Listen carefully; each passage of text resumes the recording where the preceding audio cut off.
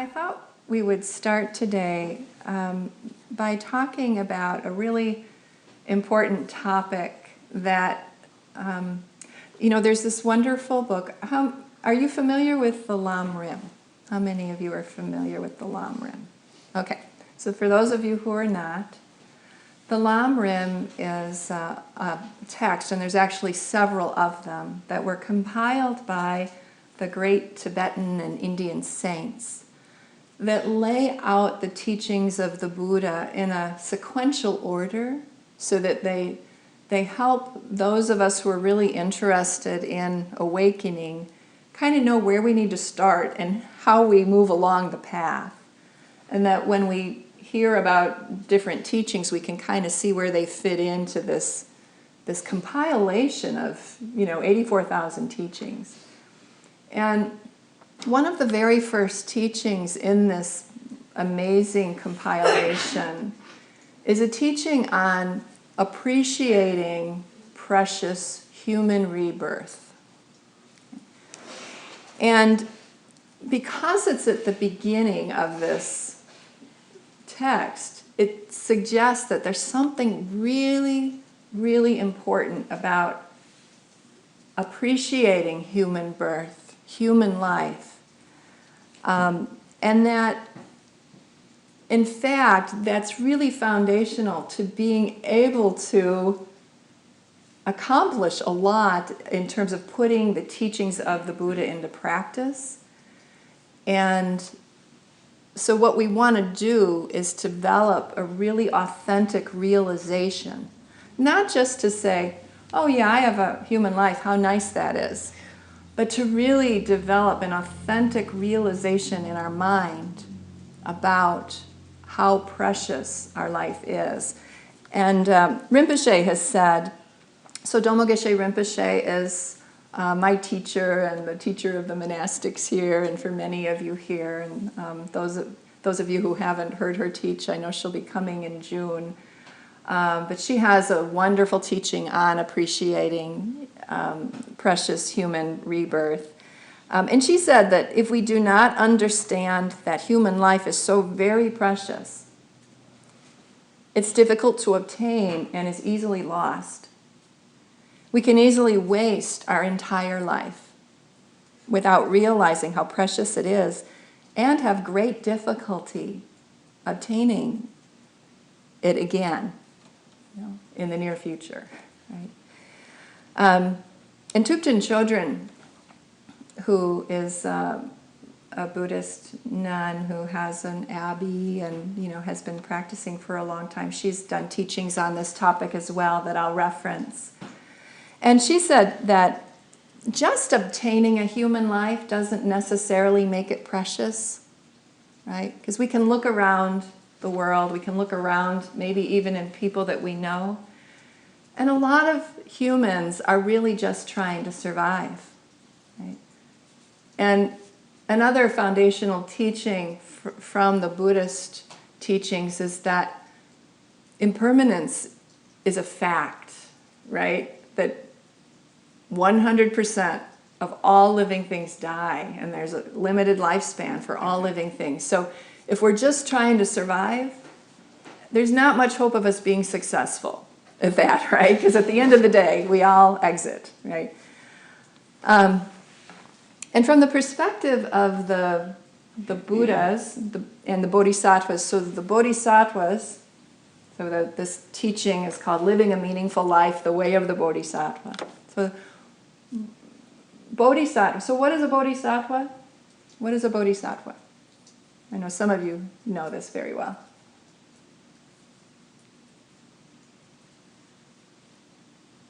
A benefit being. Okay, so a living being that is seeking to benefit others. Okay, any other?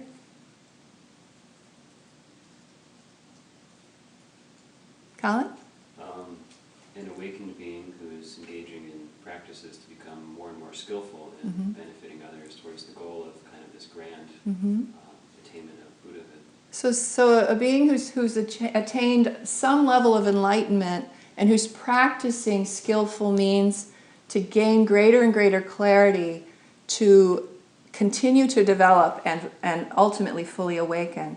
But their whole purpose for engaging in these skillful activities is to, as Denima said, to benefit and to try to alleviate the suffering of other living beings. They're great spiritual heroes, right? And Didi, you had your hand up. Was there something you wanted to add? I'll just summarize what I was going to say. Okay, thank you, thank you. So they really serve as inspiration for us, and the Buddhas and Bodhisattvas, they would say that a human life with the causes and conditions to be able to study, practice, and meditate, to gain realizations in this life, to practice skillful means, to try to become helpful to others, is truly precious, right? And practicing this way will make our lives truly meaningful. So it's basically, putting into practice all the teachings. The Buddha came to this world, and he was a human being, and he awakened, and then he taught us how to do it. And that's what that Lam Rim is. It lays out the path for us, how to attain awakening, not so that we can we don't suffer anymore, but so that we can help others who are also suffering greatly. And then the other thing is that when we attain various realizations, so let's say appreciating precious human rebirth, right? We want to attain that basic realization. And then there's other realizations to attain. And there's states of mind to cultivate.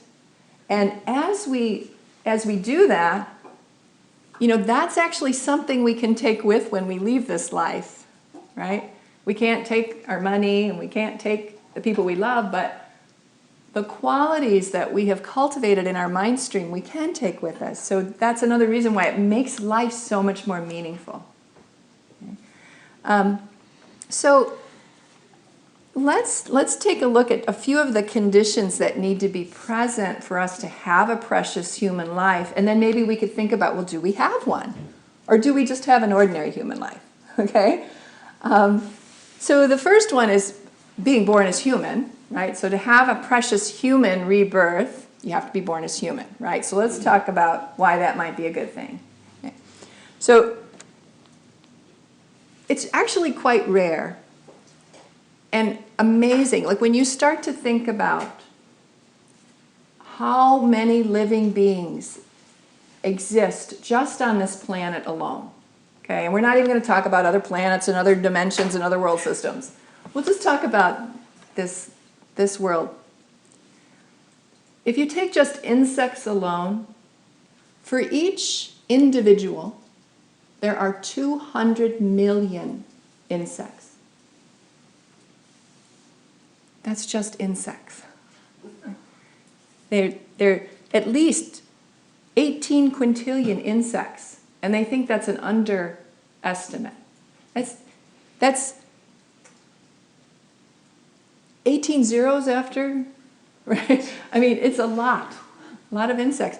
And that's not even to mention if you think about the ocean. Now, the ocean is vast, right? The ocean's bigger than the landmass, right? And you think of all the living beings in the ocean. Little teeny tiny microscopic beings and, big, huge, whales and dolphins and all the different kinds of fish. And animals. I mean, animals greatly outnumber human beings. Other animals. So, to be born as a human, so we have an advantage over animals and insects because we have our faculties, right? That's another condition, to have faculties that allow us to read. So we can actually read the Lam Rim or read the many beautiful books written by His Holiness the Dalai Lama or Rinpoche, or, we can read about the Dharma. We can listen to it. So even if we can't see, if we're blind, we can listen to the Dharma. We're very fortunate as humans because we can pick up our devices and record things and listen or, order things. We have the cognitive capacity to be able to understand what's being taught from the Buddhist perspective to help us then put that into practice. Okay, so, and we don't have severe cognitive impairments that might affect our ability to understand. So we're very fortunate in that way. Okay. The other thing about being born as human, I just want to mention that, we're also not born in other realms where there would be so much manifest suffering that we wouldn't be able to. Even if we could hear and see and feel, we wouldn't be able to take in the teachings. And we could actually look at many humans on this planet who live in, what we would call hell realms, where there's so much torture, violence, fear. We're very fortunate.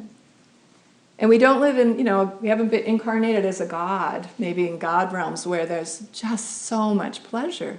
You'd be like, well, why do I need to read anything? Life's great. Bliss all the time.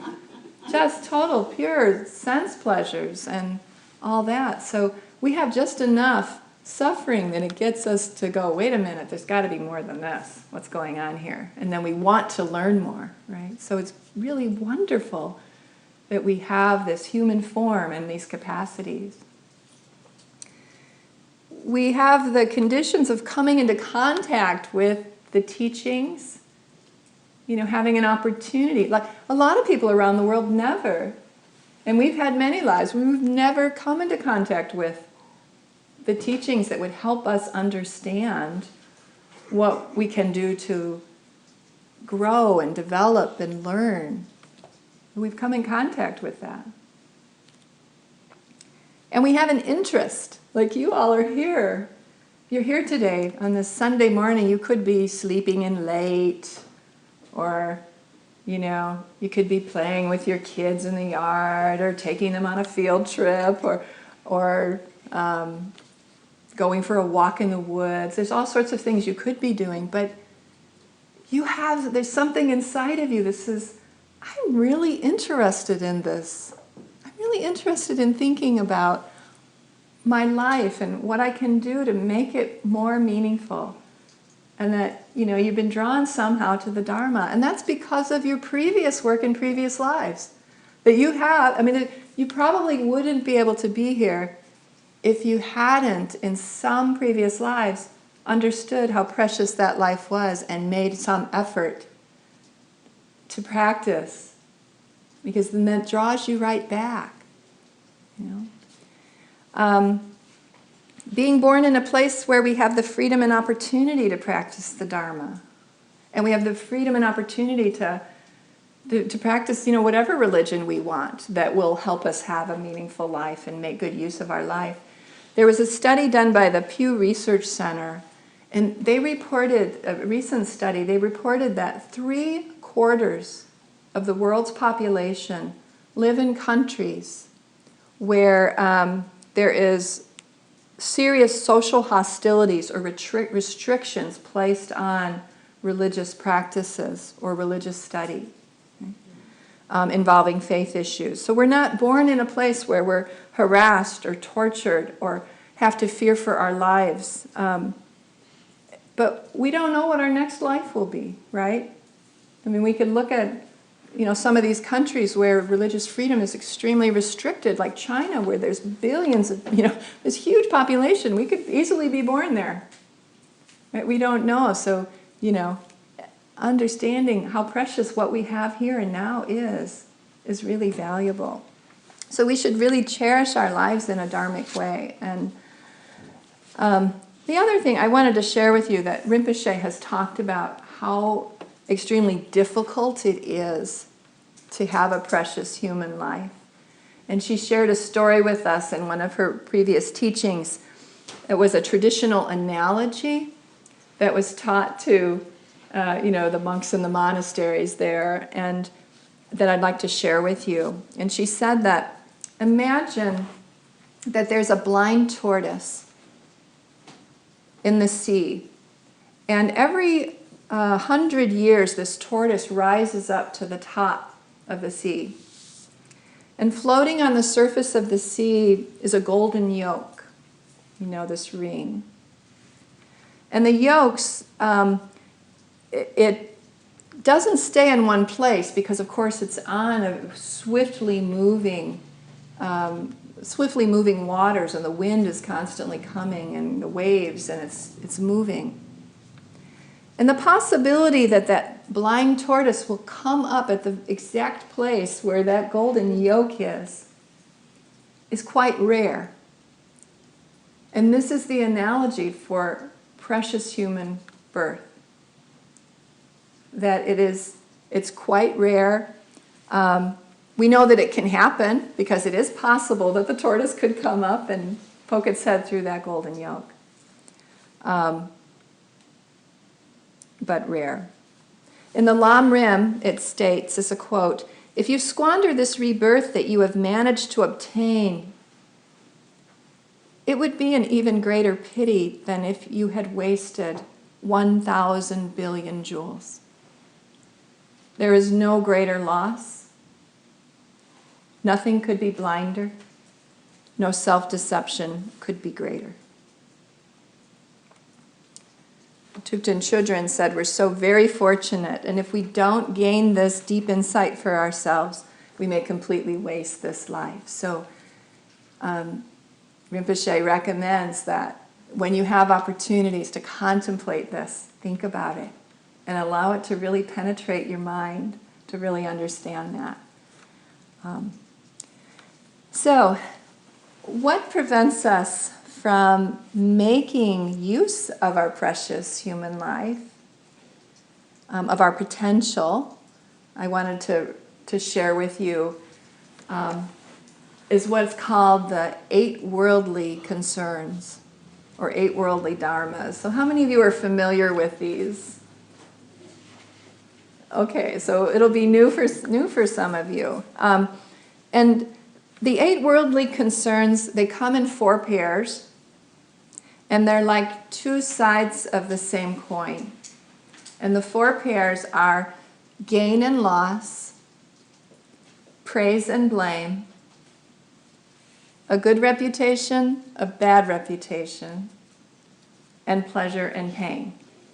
So what I'd like to do is talk about these 4 and share some examples and invite you to think about examples of this in your own life or that you see around you. But much of our life energy is consumed in trying to get what we want and what we think will bring us happiness, and trying to avoid anything that we think will, we don't want, or that we think will bring us pain. And it's really kind of this natural thing, and we're almost taught to do it. And it comes from having this very strong sense of self-identity and a sense of I and other. Okay? And through the practices that we have opportunities to practice in from the Buddhist teachings, that eventually we kind of wear away at this idea, this really strong sense of I, and begin to understand the interdependent nature of everything. But for most of us, most of the time, we have a very strong sense of I. And so, part of the practice is to soften that. But you'll see how it's just so important to learn about these worldly concerns, because they really rule our lives in a lot of ways. And they cause us a lot of suffering. And they make it very difficult to live a meaningful life. So we want to learn about them and then kind of contemplate what can we do to reduce these as much as we can. So the first one, gain and loss.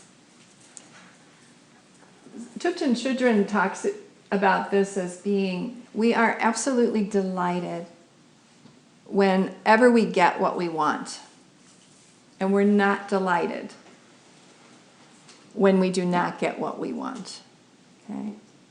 And it also may involve being worried about getting what we want, being afraid that we won't get what we want. Okay? Or if we get it, then we worry about losing it. Right? Or being afraid of losing it. Right? So you might just think for a minute in your own life, what are some of the things that you really want and that you've been pursuing? Or are you afraid of losing or of not getting? right? And we don't have to share examples, but if you'd like to, I think it's just really good to personally reflect on this. And many people, I look around and I know even from my own training as a child, we're taught, what kind of career do you want? What do you want to do, right? And then we spend a lot of time and energy thinking about that and trying to get that. What is it? I want to be a doctor. So you think about how much of one's life is spent attaining that goal of a particular career and cultivating the qualities for that particular career, right? Or young people who say, I want to be an Olympic, I want to get a gold medal. And they want it with all their heart. And they spend maybe 10 hours a day practicing to attain that outcome. Okay? They may, you think about all the people in the Olympics, right? How many of them get the gold medal? Right. One for the event. And how many won it? Probably everybody who's competing for it, right? So there's going to be a lot of disappointment, right? And it's not something that would actually leave you with any kind of lasting happiness. It's a superficial kind of happiness. And this wanting, so many people accumulate wealth, and they think, especially in America, we're so indoctrinated to think, well, you will be successful if you make a lot of money and live in a really beautiful house and have a very nice car. It's something that we're constantly bombarded in the media about, what it means to be successful. And so a lot of people spend a lot of their precious human life energy to accumulate. And it can make it very difficult to practice virtue. So, for example, to practice generosity, how generous can you be if you just want to accumulate more and more and more? It's very difficult to give. Thupten Chodron shared this beautiful story about traveling in India, I believe, and this old Ani, this old nun, brought her into her little cave and had very little, very poor, She just was a meditator. But she shared with her generously, the food that she had and her tea. And Thupten Chodron was so touched by her generosity. She had nothing and she gave everything. And she noticed that, she had on Thupten Chodron was sharing that she had on this beautiful cashmere sweater, and it was her favorite sweater. And she thought to herself how cold and damp the cave was, and how wouldn't it be nice to give her the sweater? And she had this feeling of joy, and then she immediately went, oh, I can't give away my favorite sweater. I've had this forever. It's so special. Has all, this energy. And then she thought, oh, it would be so nice. It'd be really nice to give her this sweater. I really should. Oh my gosh, I couldn't possibly give away my sweater. And she went back and forth, observing her own mind. And this is what skillful practitioners will do. They'll observe their own mind. And then they'll say, I'm grasping after something that is not going to bring me happiness. Let me give this to her. And she gave her the sweater, and she said her eyes lit up, and there's just so much joy on this woman's face. And she knew instantly that that was the right thing to do, and she experienced so much more happiness than what she would have felt by just keeping her sweater, right? So, we also know we can create a great deal of negative karma because of what we are attached to and what we want. And we may step over other people because we have to get to the top. And or if we're stepped over, we may get really resentful and angry. And how dare this person treat me that way? And then it affects our relationships. And I'm going to share an example with you from my own life. Many years ago, before I'm a professor, and I was on the tenure track at the prestigious university, and I very much wanted to get a grant that was right in my area of expertise. And I was just about to go up for tenure, and I knew if I got this grant, that would be the feather in my cap. So I could get tenure, right?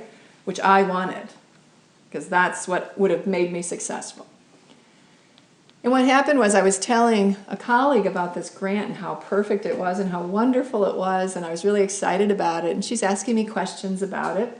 Well, lo and behold, she decides to apply for it. And lo and behold, she got it. And I didn't. I was furious. And I remember this indignation, and how could she do that? And I thought to myself, I would never have done that to someone else. That is so unkind. But I was enraged, and I was suffering. And it's a perfect example of how when we grasp onto these ordinary things, it can cause us to feel substantial suffering and cause problems in our relationship. Because I had no problem letting her know how furious I was, right? But I also observed how uncomfortable I was holding this anger in my mind. And after some time, I knew I had to do something about this. And then I started to think, well, really, there were no rules that said no one else could apply. It was perfectly appropriate for her to apply for this. She was a new faculty member. She probably really wanted to be successful and get off to a good start. How unkind of me to cause a new person in our department to feel so uncomfortable. And so I asked to meet with her. And I told her how very sorry I was. And it brought healing to our relationship. But that was only able to happen when I was able to let go of the grasping at what I wanted. And gain and loss plays out in our relationships a lot, right? Because our relationships are really important, right? Rinpoche says we are here to learn how to get along with others. Okay, so this is very important. It's one of the main reasons we're actually in a human form. And we might think, I've heard this from many young people, and I've seen many people struggle with this. We might think, if only I can find the right person to spend my life with. Okay? If only I can get the perfect person to spend my life with, then I will be happy. And we fall in love, and we have constant desire, and we're so blissed out by this desire we feel, right? And we think we could never be without this person, because if we lost this person, we would be very unhappy. They are perfect. But we live in fear that we may lose them. We may become jealous or suspicious that we will lose them. And I know many people who have actually lost their partners because of their jealousy.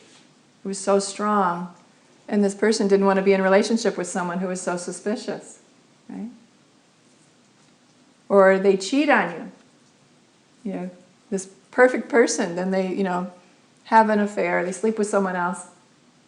And all of a sudden, our source of great happiness has become a source of great suffering. We become angry. We are no longer happy. Or the love of our life dies. And we are grief-stricken. We may have spent our entire life holding a sense of identity in relationship to this person. I am this wonderful person's partner. They are my everything. Okay? And then they die. And what are we left with? It's not very happy. We're not happy. And we think, many of us are confused, we're really confused about this because we think it's our attachment to this other special person or our special friends or our family that brings us happiness when we're with them. And we don't understand that it's actually this attachment and this grasping that causes us suffering. It is guaranteed to cause us pain. It's not the loving. It has nothing to do with loving. And we think if we worry, Rinpoche has done teachings about worry and freeing the energy of worry and anger. We think, though, if we worry about this person we love, that means we love them, and it's the way we show our love. Or if we're afraid for them, or concerned for them, that's our way of showing our love to them. And if we didn't worry about them, we wouldn't love them. But that's not true. It's harmful. And what we have to do is learn how to love without clinging. There's a beautiful story, Tenzin Palmo. Tenzin Palmo is a beautiful practitioner. She has a book about her experience. I think it's called Cave in the Snow. And she went off to, I don't know if it was Tibet or India, and she spent like over a decade meditating, just, so a beautiful book, and she has a lot of really lovely teachings. But she shared this beautiful story about her mother. And she talked about how, as a teenager, she personally aspired to go to India or Tibet to practice meditation. She was called to the Dharma, and she had requested permission to come to India. And one day, at the age of 19, she got a letter, and they said, yes, come. And so she was invited to go. And she ran to tell her mother. Her mother was walking down the street, and now she prefaced this by saying her brother had already left home, was overseas, and she was the only child at home. I think her father had died. And so her mother would be alone. And her mother were very close. And she ran to her mother and said, Mother, I'm going to India. I got the letter, I'm going to India. And her mother said to her, that's wonderful, dear. When are you leaving? That's wonderful news. And she spoke like that not because she didn't love her, but because she did. And she said that her mother was one who would never put these psychological needs that she had for herself on her children. And she said her mother used to pray that she would be reborn as Tenzin's mother, so that because she knew that this special being needed to meditate, and she couldn't bear the thought of her having parents who would not understand that. What a beautiful testament of love. This, I want you to be happy. This is unconditional love. It's not, I want you to treat me a certain way and meet my needs. It's, what would make you happy? Let me support you in that. Okay. Cave in the Snow. Mm-hmm. Yeah. So this is gain and loss. And I wanted to share some stanzas from a beautiful short text. I don't know if you'd call it a text, the 37 Practices of a Bodhisattva. Okay. So this was written by Togme Sangpo, and there are 37 practices that are described in these different phrases. And some of them reflect these worldly concerns and give us insights into how the bodhisattva warriors think about these. Okay? So I'm going to share one with you. So this is stanza number 12. If under the sway of compulsive desire and longing for things that he does not possess, some misfortunate person has stolen our riches, or lets others steal them while he idly stands by, then out of compassion and with no attachment, to him we must dedicate all of our prayers. May he have wealth and our body and merits. The sons of the Buddhas all practice this way. So the bodhisattvas, not only do they say, I'm not going to live by these 8 worldly concerns, but I'm also going to have compassion for those who do, because they're lost and they're suffering. And they need help, right? So beautiful. So the next one is praise and blame. Well, first let me ask, are there any comments or questions about gain and loss?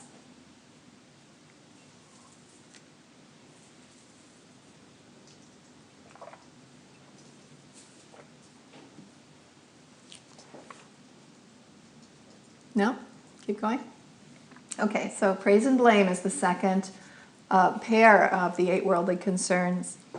And this is where we have delight when we are praised and or approved of, and we feel dejected when we are somehow blamed, ridiculed, or criticized. And from an early age, we can see this, that children often will look for approval from their parents. You know, they'll be out and they'll do something and they'll look to see, you know, is mom watching? Or, look at me, mom, look at me. And they're on the swing and they want you to go, oh, that's wonderful, honey. And we even see it in our animals, right? Our cats used to like go and catch mice and bring them to us so kindly to show us, look what I did. It's like, you know, wanting that recognition from others. So it's a very common way of living an ordinary life, of the ordinary human experience. And we create a lot of karma in attempting to seek this praise from others, and to get people to love us or to avoid their disapproval, right? So what are some examples of ways you've seen or that you've experienced how people get into trouble by trying to seek approval or praise from others? Can you think of an example?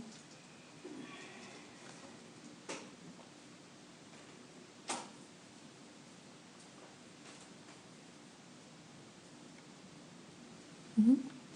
I have a son who's a real sweetheart, and he'll want to say what he thinks you really want to hear, but he can't always follow through with it. So, but you know it's with a good heart that he'll say, oh yeah, we'll get together this weekend, and then he'll have other plans, and but it's that wanting to. Yeah, so wanting to make you happy, for you to approve of what he's sharing with you, but maybe not quite having that. So it's kind of this example of, it's very difficult to live with a sense of integrity and in congruence with what is realistic, what we really can do, and what we promise others. And that can get us into all sorts of trouble, right? I mean, people can lose jobs because they make commitments to the boss that they can't fulfill, right? They might, just agree to do things that they're not capable of doing. So that can be really tricky. Yeah, Georgie? Doing something and then having an expectation that you're going to be reinforced in a positive way for praise. So you're doing what you normally do, be it at work or at home, and then you feel this arising of a dynamic where someone should notice this. Yeah. And then they don't notice, and then what happens? Disappointment. Right. Anger. It might affect then how you relate to other people because they're not behaving the way you want them to, right? And so it can hurt our relationships. Right? Many young people pursue careers that they're really not interested in, but because their parents want them to, and they want to make their parents proud. They may have other completely different talents and capacities where they could live a much more fulfilled life. Or people who may be drawn to a spiritual life who don't pursue it because the pressure they feel or wanting to please others. We can see kids in gangs who are doing things to seek the approval of others. And all the harm that comes from that. I mean, this is just a huge, huge topic. We may be really sensitive to criticism from others.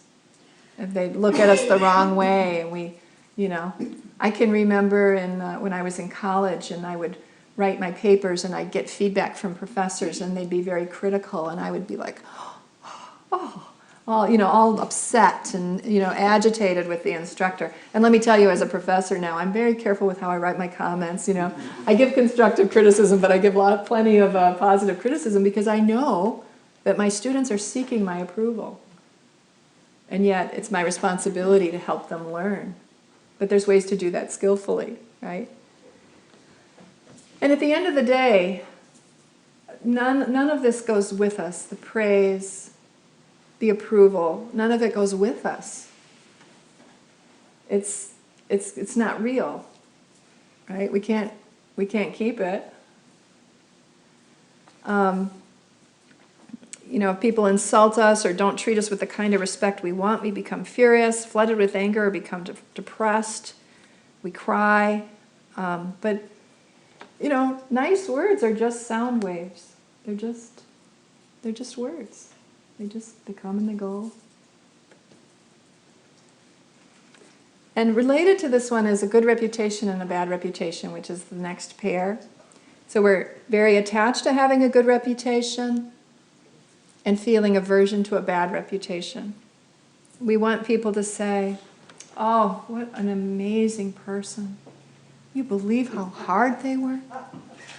Or, what a wonderful practitioner, how skillful they are. And we might fantasize about when we die, all the beautiful things people will say at our memorial service. Oh, this one was just something else, right? And yet we aren't going to be there to listen to it, right? And how do we behave in our lives to attain that good reputation? There are mazzia, heads of the mafia who they're seeking the best reputation in their field, right? But what harm? At what harm? And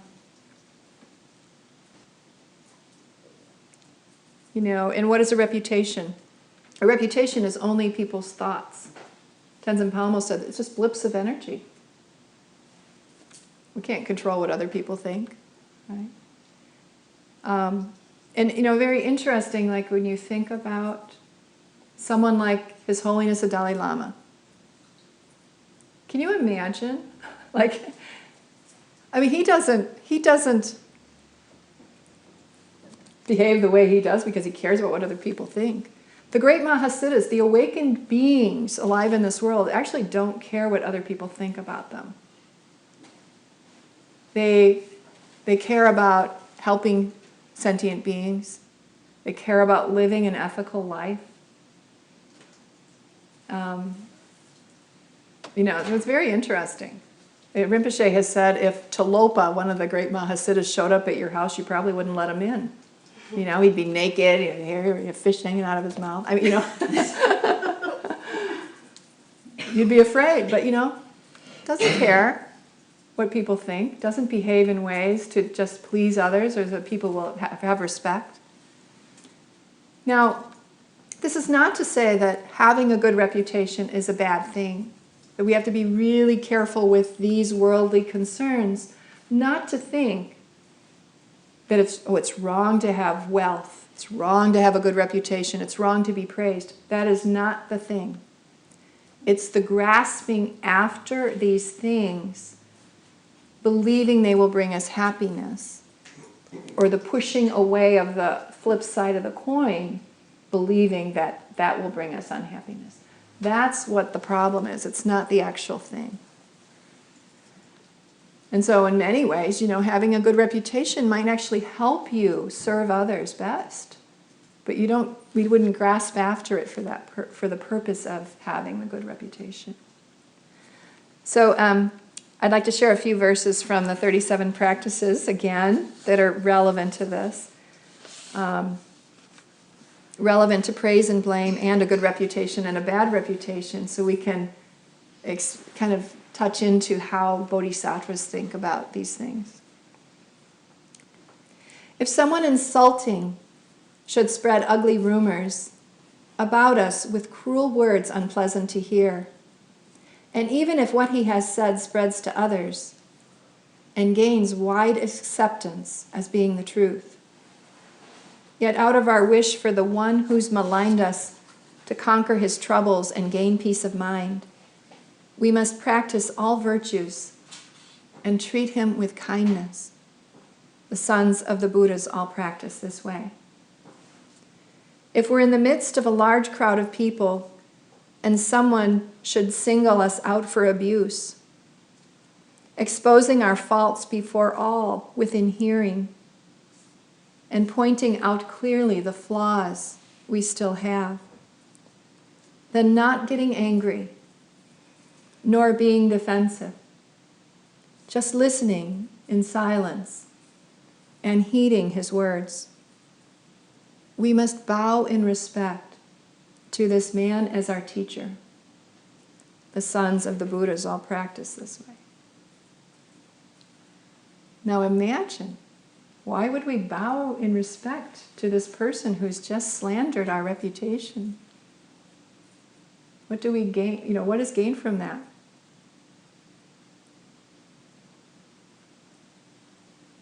Why would the bodhisattvas behave in this way?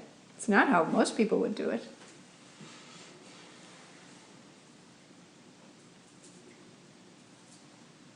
Tricha. I want to say that it breaks our illusion.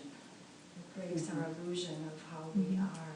And in that way, it's actually helping us and not harming us. Okay. So it's pointing something out to us, getting our attention. Okay. Thank you. What else? That it's only in those kind of moments that we really get to practice what we want to attain. Yeah. So knowing, the bodhisattvas know that I must eliminate from my mind stream this concern with reputation and fame. And should this person stimulate something in us that would cause us to react, that we might go, oh my gosh, this teacher, thank you so much for bringing me this opportunity to look at this.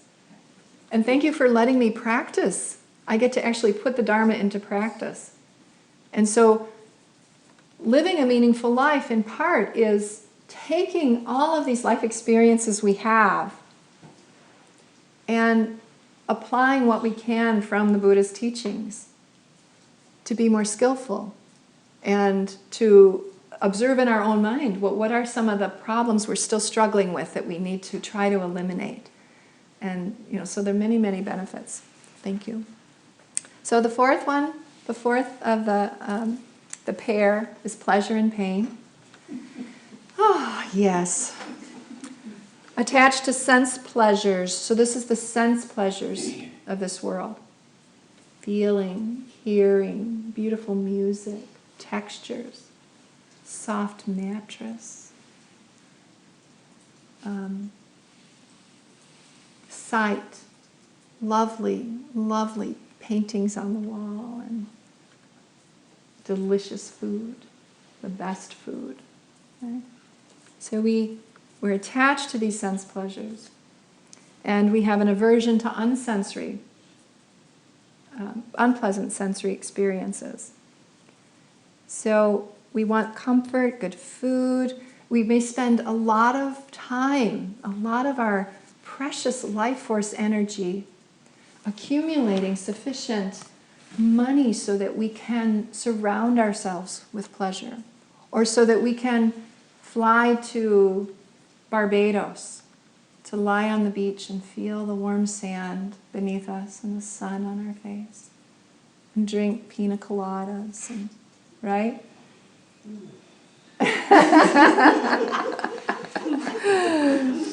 Go on. Oh dear. If we get good food at a restaurant, we're really happy.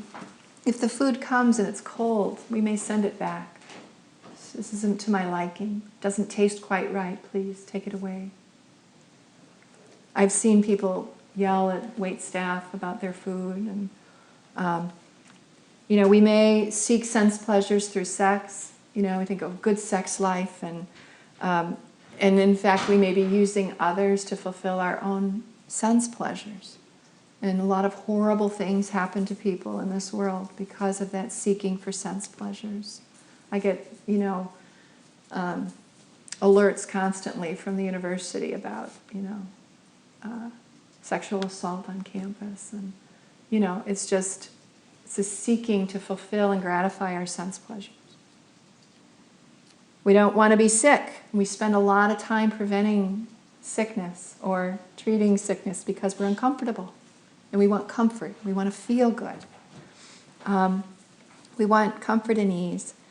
But from a Buddhist perspective, a life of total pleasure is actually not very helpful.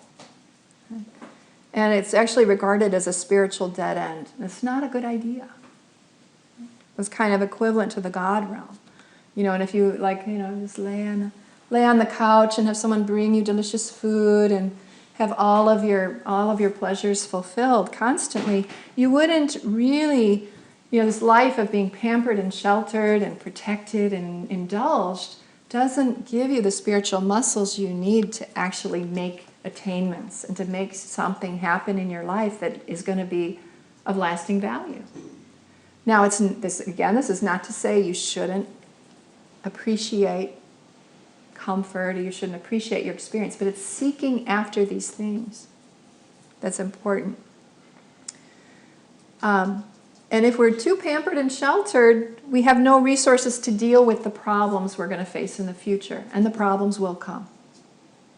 And we might not have the opportunity to, these difficulties. Many people, they talk about, all of a sudden they're confronted with a terminal illness, and they have to go through lots of horrible, tremendous treatments and difficulties in that way. And they often talk about, years down the road, they're like, oh my gosh, that changed my life.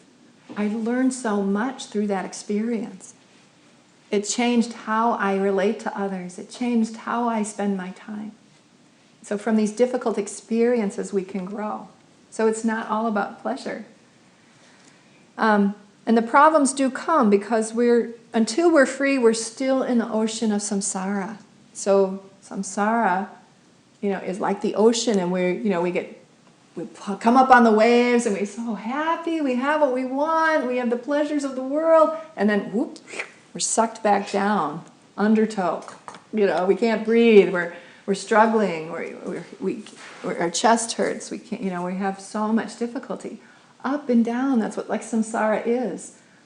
And we're tossed amidst these waves, and until we do, make effort in our life to really break free and become like the boat, where we can be the boat to help pull others out of the water, we'll continue in this cycle. Tenzin Palmo said that we think that if we can just keep running fast enough so that we only experience the positive side of the 8 worldly dharmas and we avoid the opposites, that we'll have a happy and fulfilled life that society encourages us to do. Somehow, if we experience loss, a bad reputation, we think somehow we have failed and we just haven't juggled the pieces well enough.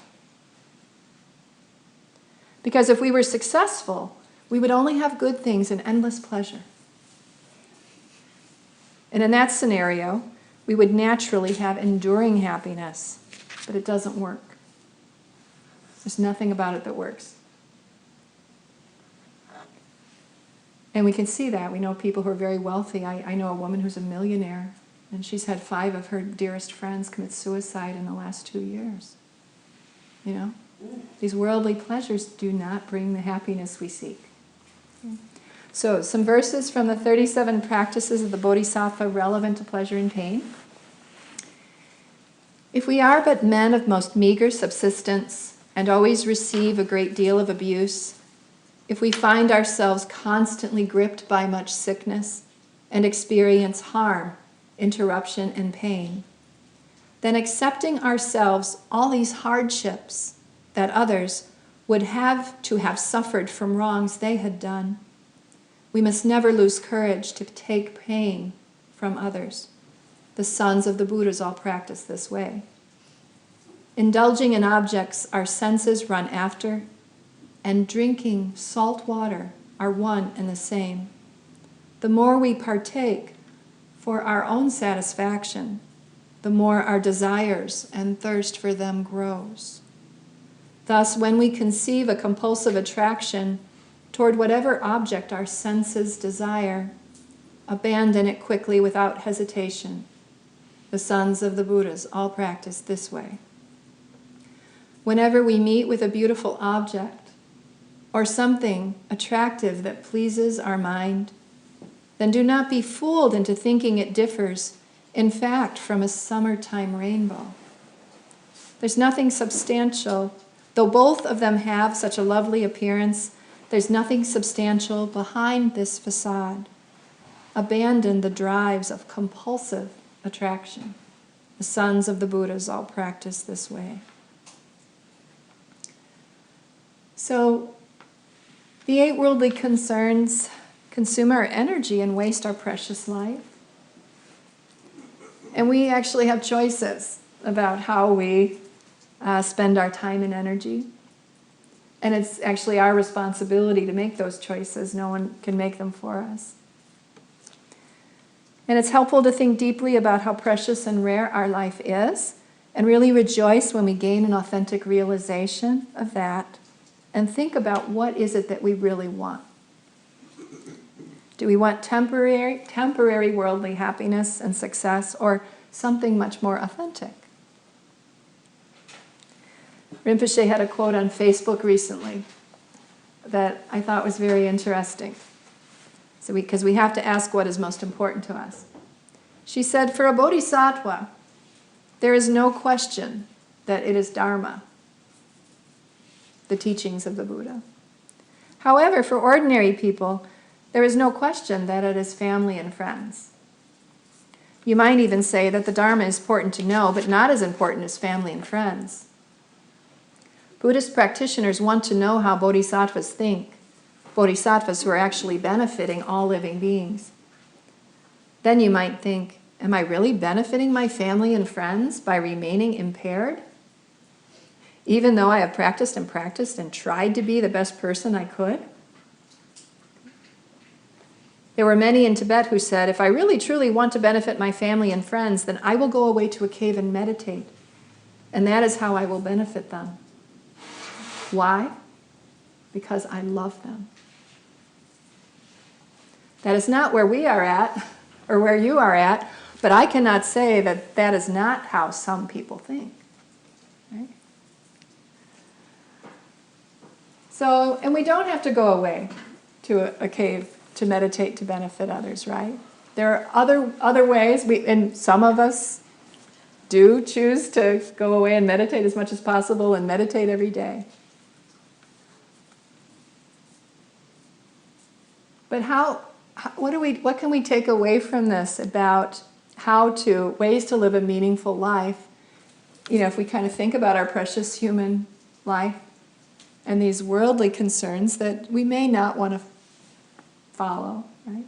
What are the ways we can live a meaningful life in the context of like where we are now, where we are starting, just where we're at right now? Though I have lots of thoughts, but I wanted to open it up to hear your ideas. How do you make your life meaningful? How do you live a life of meaning? Yeah? I want to say serving others. Serving others. Wonderful. And that is very, very consistent. It's a engaging in virtuous activity to be of service to others. And,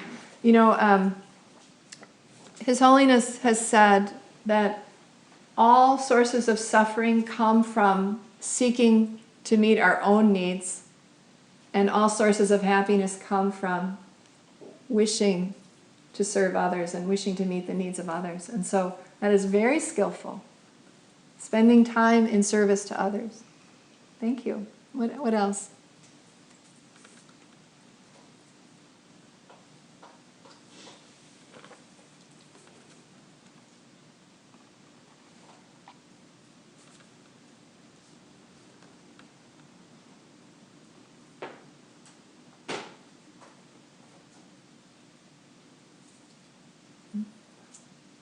Meditation and study.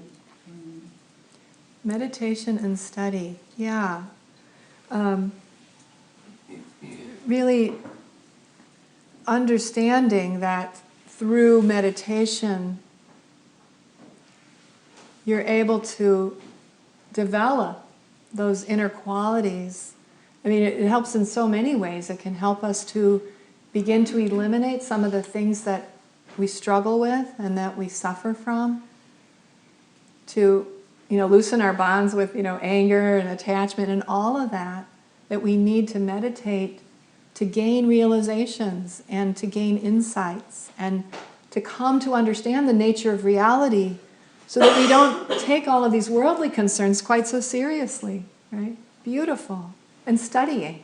We are so lucky. We have masses of books available to us, really beautiful literature, and the Lam Rim to teach us to understand things. Like, I was so excited when I first became a student, because I was like, oh my gosh, this makes so much sense. And now I get it. Okay, that's why I was so unhappy. And oh my gosh, if I do this, this is what will happen. The Buddha lays out, suffering exists. What are the causes of suffering? That there's a way to end suffering, and how do you do that? It's like you can study that and gain so much from that. Oh, great, wonderful way to live a meaningful life. Thank you. What else?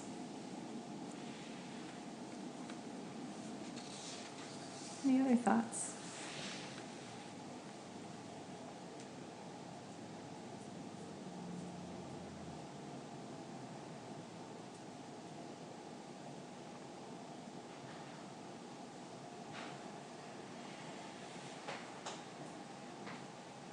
How are you living a meaningful life?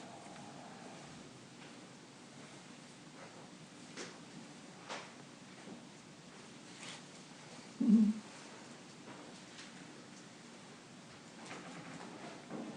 Mm-hmm. Practicing loving kindness. Practicing loving kindness. Wonderful. A Coming to Joyful Path for the Loving Kindness series. So valuable. Healing our relationships. We're here. Rinpoche has said that there's two reasons we're here.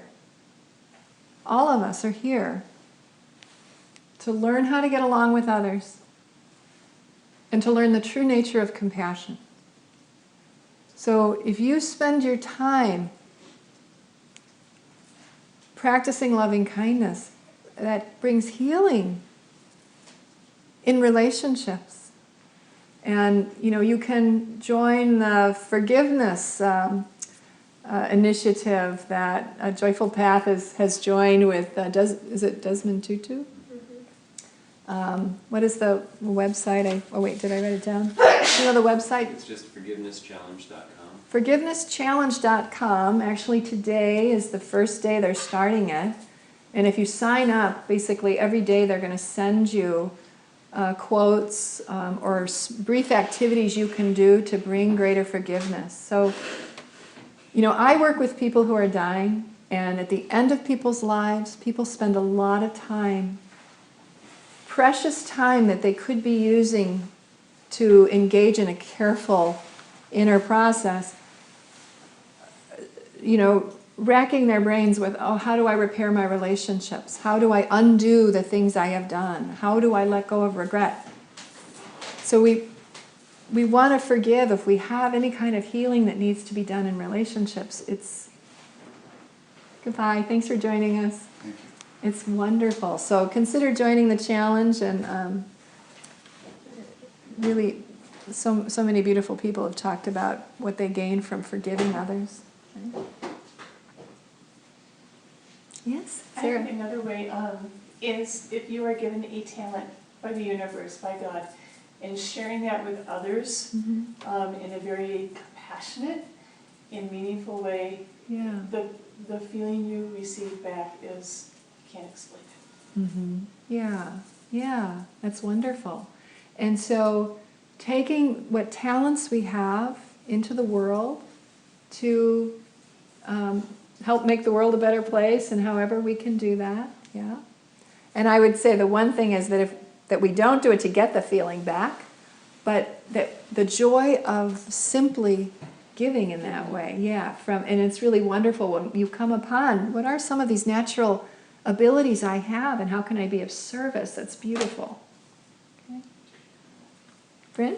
You don't, if you think you have a special talent and you give it out, what comes back is not what other people say to you. It's what you know intuitively in your heart. Because praise is easily said, but if you truly aim it in the right direction, you get all the praise you ever would want just by being and sharing it. Hard, sort of hard to place, but it's not a praise that comes from outside. Is it praise or is it a sense of well-being or knowing? that, Yeah. that what you are doing is what you should be doing. Yes, yes. So kind of allowing to live with integrity and with a sense of purpose and knowing that this is what you're meant to be doing. Yeah, it can be really helpful. Best pay in the world. Yeah, yeah. Good. All right, well, would you like me to share a few ideas? Who? Oh, please do. Oh, good, good. We're percolating. We talked about forgiveness, and we recently had a teaching in Milwaukee about gratitude, and we talked about all the different valuable things that can come from showing gratitude and feeling gratitude, and it was real uplifting. So Oh, a yeah. lot of the positive qualities. Yes, it that being a big really. one. Yeah, I met a woman last night who I was visiting who had a brain tumor removed last week. And she shared this beautiful story about how she had gone to Machu Picchu. What's that country? The country Machu Picchu? Peru. She went to Peru. And she had been visiting there several years ago and really loved it and felt so drawn to return.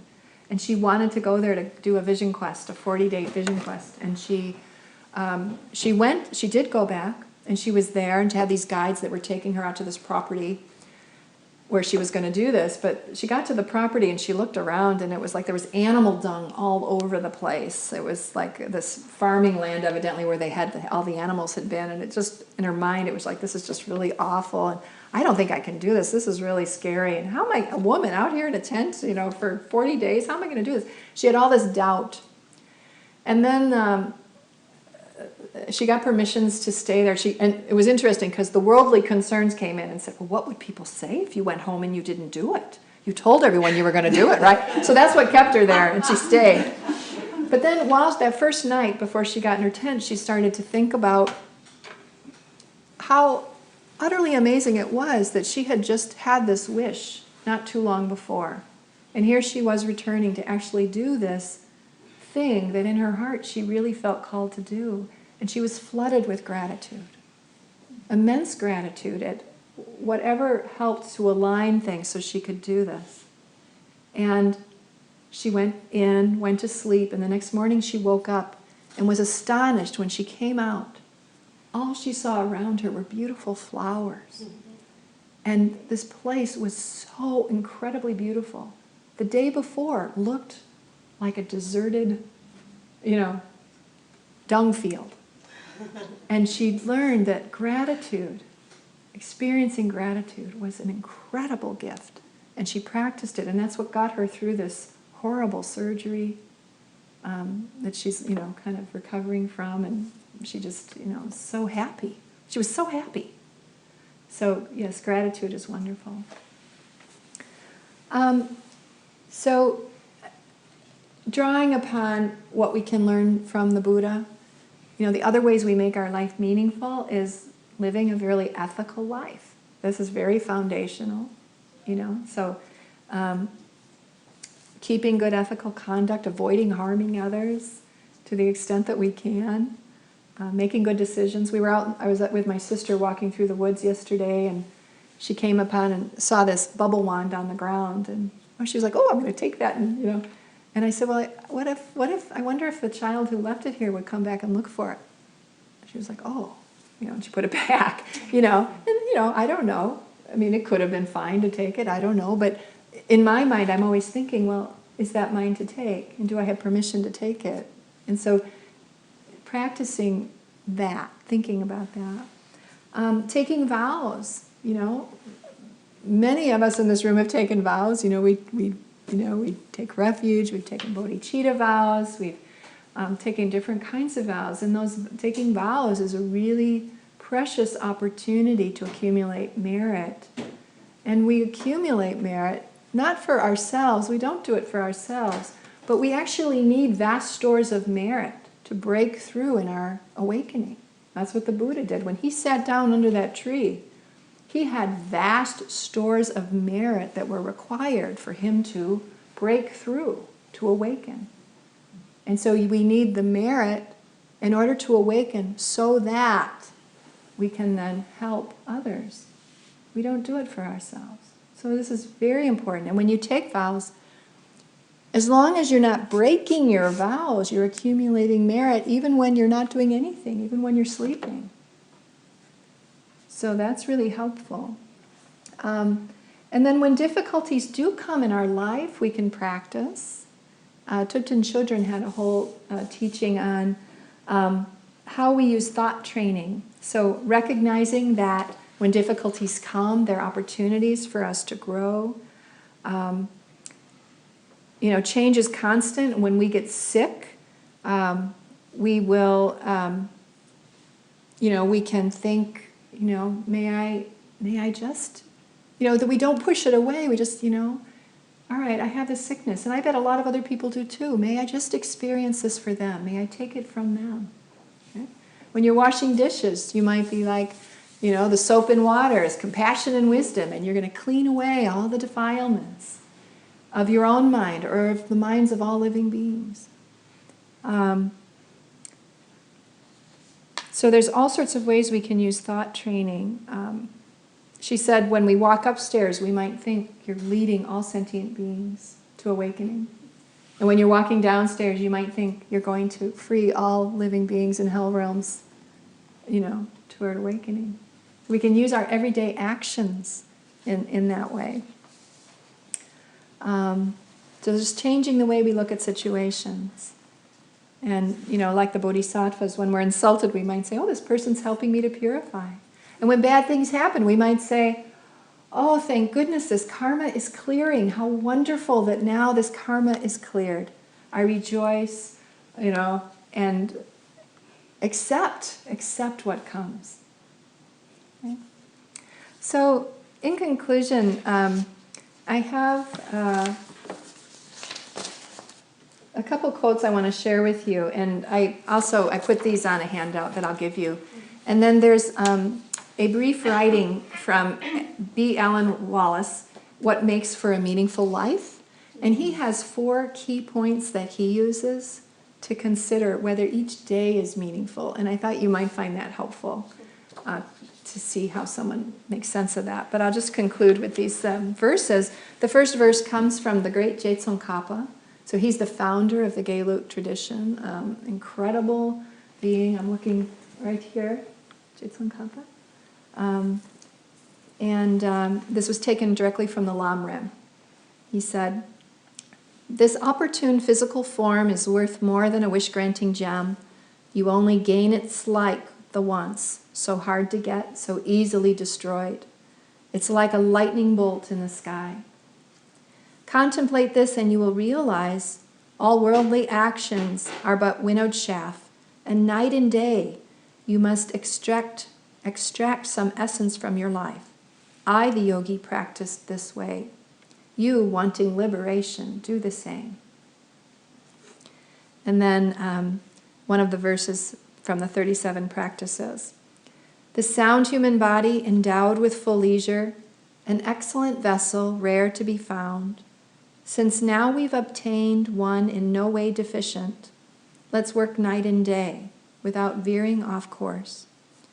To take cross the ocean and free from samsara, not only ourselves, but all others as well. First listen, think hard, then do much meditation. The sons of the Buddhas all practice this way."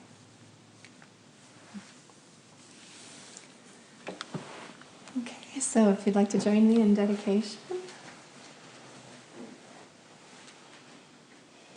May my capacity for compassion be infinite. I dedicate these efforts to complete and total enlightenment so that I may be a benefit to all sentient beings.